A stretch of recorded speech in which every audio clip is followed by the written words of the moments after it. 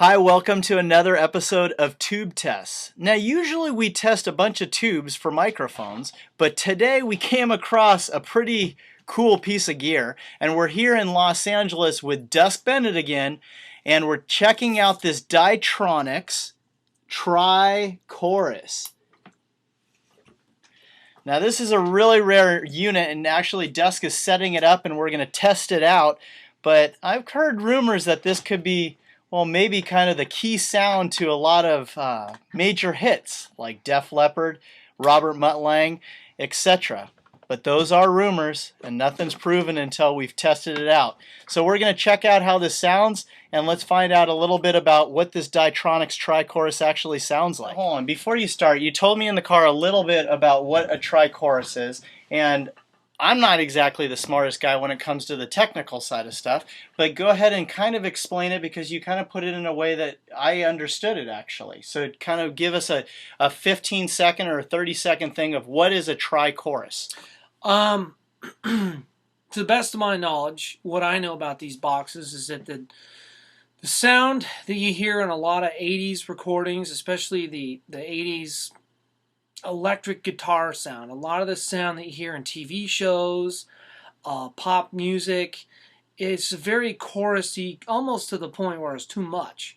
Chorusy kind of flavor that was just all over the place. And to the point where it was overdone. It was kind of a parody of itself, and that's why those units fell out of favor in the late 80s, because it was so overdone. One record in particular I got from a guy who knows his stuff is telling me that the secret weapon that was used on a lot of the later Def Leppard albums, and was sort of ushered into the band by the producer, was the Dytronics Tri-Chorus. It's the CS-5. Hard to find unit, pretty rare, not that many of them out there. We happen to find one today. It's probably worth trying. That's what we're here to do anyways. They are all, if this is the unit, if this is what I think it is, that sound is all over the Hysteria record. It's just all the guitar sounds, it's everywhere. And that's what we're going to do. We're going to fire it up. Now, as an engineer, I mean, I appreciate the sound of it. I mean, I think when I first met you, you had, a Def Leppard album, or several of them, AC/DC and Chris Isaak, Heart-Shaped World, I think it was. And I look back at it and I go, some of that stuff was just amazingly recorded.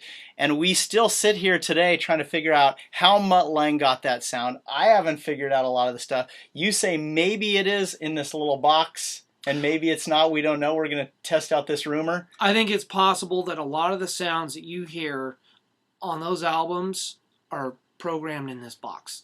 And I got it on good authority that that's what they used. And the reason I know that is I used to be a gear broker, and I got big engineers that used to call me up saying, I got to have this unit. It has the sound to it.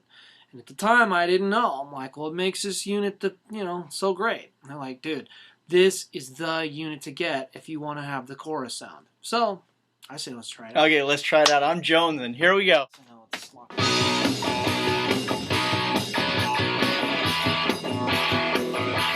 that's the guitar. Play it solo. Okay.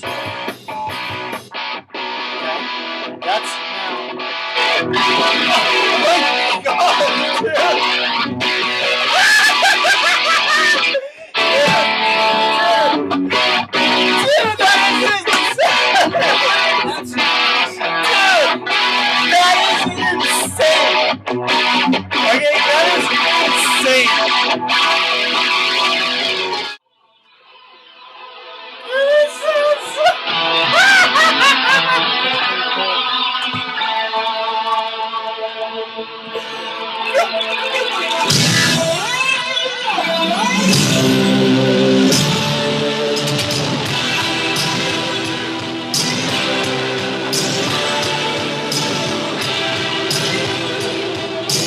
Okay. That has to be the same box. You gotta tell him, because I'm too giddy to talk, dude.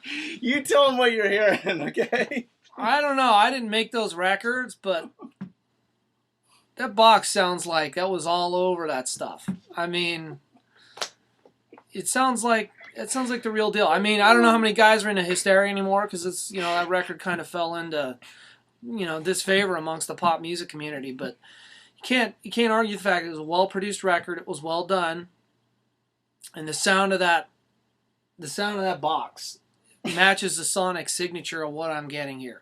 I don't know. Talk to Robert Mutt Lange, see what he can tell you. But I can see why guys say that's the box that was used, because it sounds a lot. Just the sound of the guitars.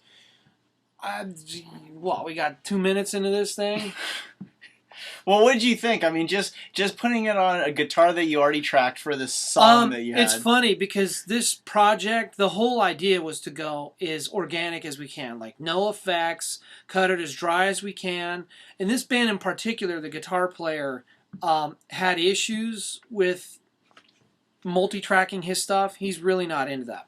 So that creates a lot of problems for an engineer who's trying to create a mix, because you got this thing going on where the artist is like, I don't want you jerking with my sound, I like my guitar tone. But as an engineer or producer, you're trying to create a very wide mix to still kind of compete with stuff that's on the radio. This is a great little secret trick to pull out when they're not looking. It's like, okay, I'll leave your little mono guitar alone, I promise I won't jerk with it. You get your one guitar in a mix, but this allows you to kind of widen it up and make it so that it'll still have some depth and it's some width, but you're not sitting there adding a ton of guitars to it on the top. It does change the sonic footprint. It does sound processed. I could see how somebody's a real tone purist, they get freaked out by this thing. It's not a pure box. It's going to color your sound. But man, I think it does a really good job of coloring it. So I'm into it. I think it's cool.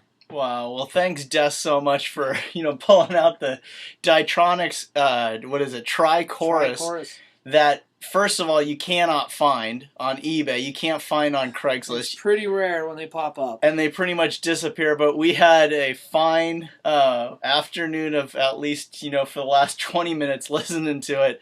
And wow, unbelievable.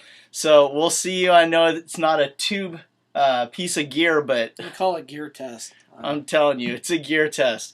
Anyways, take care. We'll see you guys soon.